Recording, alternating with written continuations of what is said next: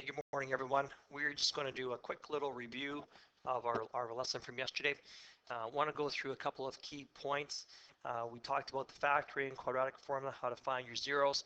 I want to make the connection between what your graphs are and the discriminant. So in question number 1, our discriminant is positive 64, and you can see our graph is intersecting the x-axis, or the zeros of the graph are crossing at 2 places. When we went to question number 2, our discriminant was 0, and we are only touching the x-axis at 1 place. Question number 3, our discriminant was 28, and we are crossing the x-axis at 2 places, or we have 2 zeros. On question number 4, we did this one in class. We did all the work. We found we had a negative discriminant. Negative 16 was under the square root sign. When you have the square root of a negative number, there's no real roots. And when you have no real roots, it means you also have no zeros. So this is an example then of a negative discriminant. No roots, no zeros. The next question was question number 5. It has a discriminant that is actually number 84 is our discriminant. This is the b squared minus 4ac value. And positive 84 has 2 zeros and has 2 intercepts. So again, that connection, that whatever your graph shows, you have for solution. So positive 84 gave us 2 roots. On question number 7, I didn't do the work for factoring, but when I did my discriminant, I see my discriminant is negative 8.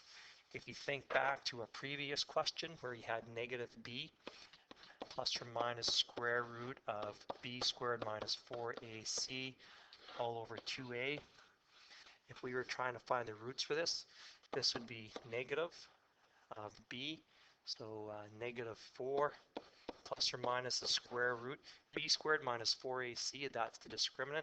We found that to be negative 8, and then that's all over 2 times a, and again, our a value was 3, so 2 times 3.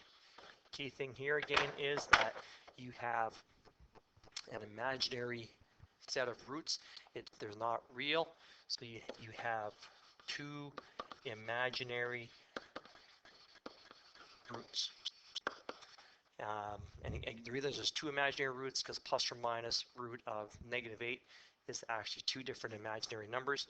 There's no real intercepts. There's no place where it's crossing, so there's no roots. That matches no real answers. If we go to the next example, it's number 8. I found my discriminant is 0, and my discriminant is 0. I have touching at positive 5, so I have 2 equal roots, 2 equal real, or you can say it's 1 real root. This is probably the better answer, where you say it's 1 distinct root or 1 real root versus 2 equal real. And then our last example is number 9. First thing you have to do, of course, is make the equation equal 0. So I did that. I went 2x squared minus 5x minus 18. I'm looking at this and I'm thinking, what multiplies to give me negative 36 and negative 5? So let's just go through the factoring really quick. To get a factor of 9, if I look at the factors of 2x squared and 18, to get a factor of 9, I have to go 1x and times that by 9. That's the only way to get negative 9 in here, and to be negative 9, it has to be a minus sign. To give me 2x squared, if the first factor is x, the second factor has to be 2x, so my x and 2x give me 2x squared. And to get the 4 in here, the number that I have to pair the 2x with is a 2, and it's a positive 4, so this has to be plus 2. And if I look at my last 2 numbers, if I put together the 2 and the negative 9, there's my negative 18, which is always my last term. So there's lots of things to check or to kind of use for shortcuts when you're factoring. Of course, we could have used decomposition as well. we want to try and finish this off for zeros. X plus 2 is 0. X equals -2. 2x minus 9 is 0. X equals add 9, divide by 2, 9 halves. So for those of you, again, in that decimal world, 4.5. If we look at the fact that we have two roots, again, and we have a discriminant 169, two roots, two intercepts. And now, after we did those 9 questions, we're supposed to kind of go back and start looking at what's the pattern. And that's really what our question 10 is, or that's what our chart on the back page is about. If you go back and look at all the examples where your discriminant is positive, so again, if you use words, discriminant is positive, mathematics is saying if your b squared minus 4ac is greater than 0, means it's positive. Every time that happened, we had two real roots. Every time that happened, our discriminant was greater than 0, we had two intercepts. We had two zeros.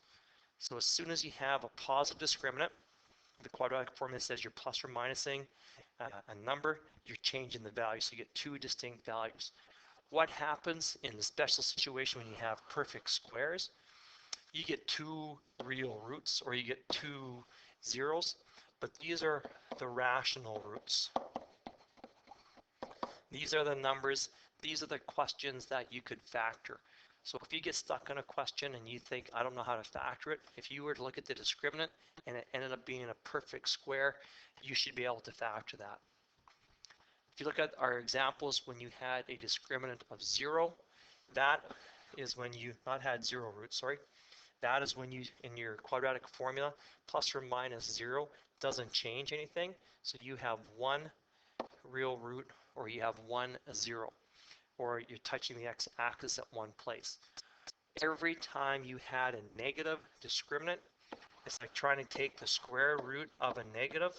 You have no real roots. You have two imaginary roots, or you have 0 real roots, or you have 0 zeros. Okay, so that's what we wanted to get to. We wanted to get to the point where you understand that when you have positive discriminants, you have, well, what happened there? Let me fix this for us here real quick. Down here somewhere. Oh my goodness, what's going on? Page 10. If you have positive discriminants, two real roots. If you have a 0 discriminant, you have one real root. If you have a negative discriminant, it's like square root of a negative. Real numbers don't exist when you take square roots and negatives. So at this point in time, I'm just going to have Mr. Jarvis hand out your assignment. I want you guys to work through this assignment. I want you to show your work, and then you can always check your answers on the multiple choice part and get yourself ready for some kind of a quiz here next week. Hope you guys are having a great day, and we will see you on Monday.